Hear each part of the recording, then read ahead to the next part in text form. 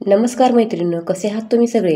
उन्हाळा तर आलाच आहे, तर मी विचार केला मी तुम्हाला एक वेगळी रेसिपी बनवून दाखवते. एकदम हेल्दी बदाम मिल्कशेकची रेसिपी. एकदम घट्ट, क्रीमी आणि भरपूर अशी छान. खास मुलांसाठी तर हे हेल्दी आहे. यामध्ये बाहेरचे कोणतेही साहित्य नाही.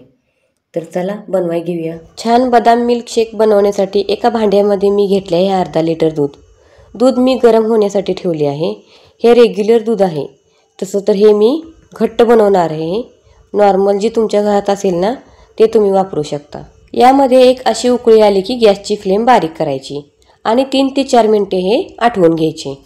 भरपूर पण आटवायचे नाही. 10 ते 20 मिनिटे हे शिजवून घ्यायचे. दूध थोडे घट्ट झाले पाहिजे आणि तुम्हाला एक गोष्ट लक्षात ठेवायची आहे, हे सारखे सारखे हलवत राहायचे, नाहीतर हे खालून करपू शकते.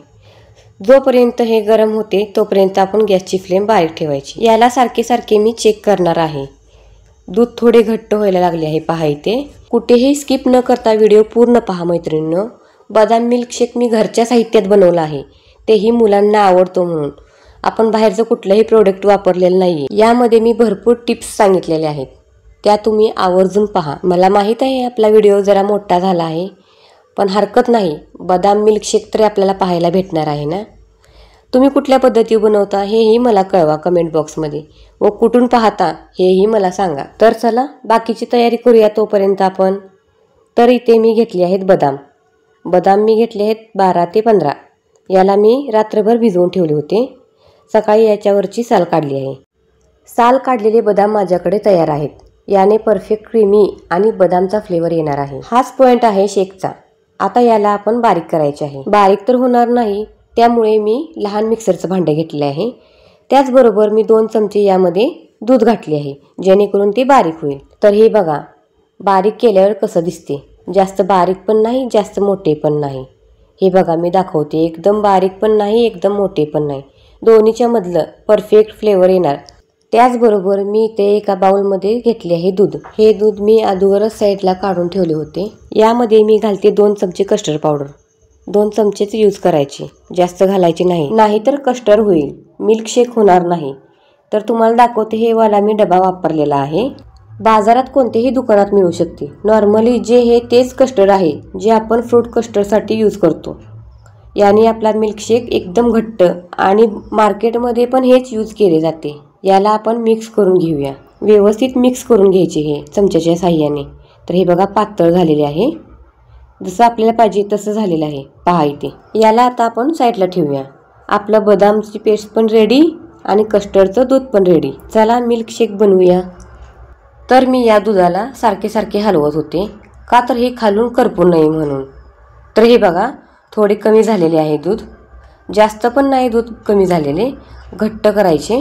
याच्या कडेला जी मलाई घट्ट होती ना ती चमच्याने असे काढून घ्यायचे आणि दुधामध्ये ॲड करायची, म्हणजे मिल्कशेक अजूनच क्रीमी आणि मलाईदार बनेल. तुमच्याकडे जर केशर असेल तेही तुम्ही ॲड करू शकता. माझ्याकडे अवेलेबल नव्हते म्हणताना मी काही घातलेले नाही आहे. तर याच्यामध्ये मी फ्लेवर येण्यासाठी यात ॲड करते वेलची पूड. याने चव तर लागणारच, पण हलका कलर पण येणार. याला मी मिक्स करते. 1 ते 2 मिनिटे आपण हे ढवळत राहायचे. पुढील व्हिडिओ तुम्हाला कुठला पाहायचा आहे हे मला कमेंट करून कळवा, जेणेकरून मी तुम्हाला तो करून दाखवेल. तुम्हाला उन्हाळ्यात कोणती आईस्क्रीम खायला आवडते व तुम्हाला कोणता शेक प्यायला आवडतं, तुमच्या मुलांना कोणती आईस्क्रीम आवडते, तेही आपण रेसिपी बनवून दाखवू. मला कमेंट करून सांगा, मी कोणती रेसिपी तुम्हाला बनवून दाखवू यानंतरची. तर हे बघा तुमच्याशी बोलत बोलत मी यात साखर ॲड केलेली आहे. तुमच्या चवीप्रमाणे तुम्ही घालू शकता. तुम्हाला जर गोड आवडत असेल तर तुम्ही जास्त घालू शकता. तर मी इथे थोडीच घातलेली आहे, का तर आपलं दूध पण घट्ट झालेले आहे ना, त्यामुळे. हे मिक्स करायचे. यातली जी साखर आहेत ना ती हलवत राहायची. जोपर्यंत साखर बारीक होत नाही तोपर्यंत हे आपण ढवळत राहायचं. आता यामध्ये घालायचे मेन बदाम पेस्ट. सगळी बदाम पेस्ट यामध्ये आपण घालायची आणि असे हे मिक्स करून थोडे अजून जसे 3 ते 4 मिनिटे हे असे बदाम पूर्ण फ्लेवर उतरावा आणि बदाम पण दुधामध्ये शिजावे. तर हे बघा 4 ते 5 मिनिटे हे झाली आहे आणि दूध पण क्रीमी झालेले आहे.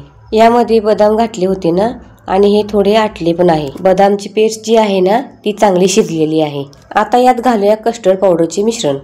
हे एकदम घालायचे नाही, याला 2 वेळा आपण घालायचे आणि हे सारखे हलवत राहायचे, का तर याची गिठळी होऊ नये म्हणून.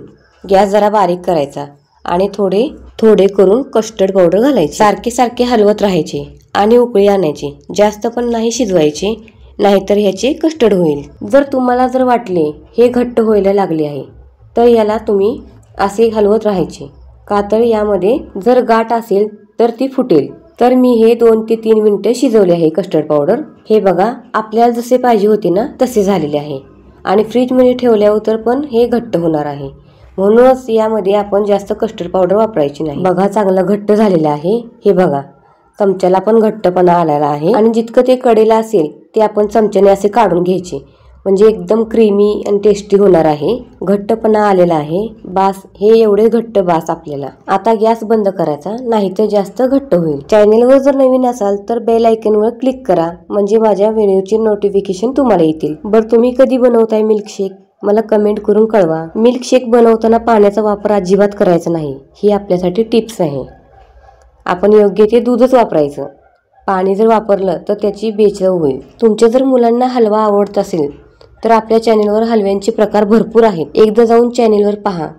व मी गाजरचे पण लाडू बनवले आहेत, तेही पौष्टिक आहेत, घरच्या साहित्यात, तर तुम्हाला ते आवडणारच. यामध्ये घालूया थोडे कट केलेले बदामचे तुकडे. हेही आपण व्यवस्थित हलवून घेऊया आणि हे थंड करायचे. मग हे फ्रीज मध्ये ठेवायचे सेट होण्यासाठी कमीत कमी 2 ते 3 तासासाठी. वास तर खूप छान सुटलेला आहे याचा आणि बघूनच पाणी सुटले आहे तोंडाला माझ्या. एकदम घट्ट क्रीमी झालेला आहे. चांगलं थंड झालं की पिण्यासाठी पण मज्जा येईल. मी याला सेट होण्यासाठी 3 तासासाठी ठेवले होते. एकदम घट्ट झाले आहे, एकदम क्रीमी दिसत आहे आणि चांगले सेट पण झालेले आहे.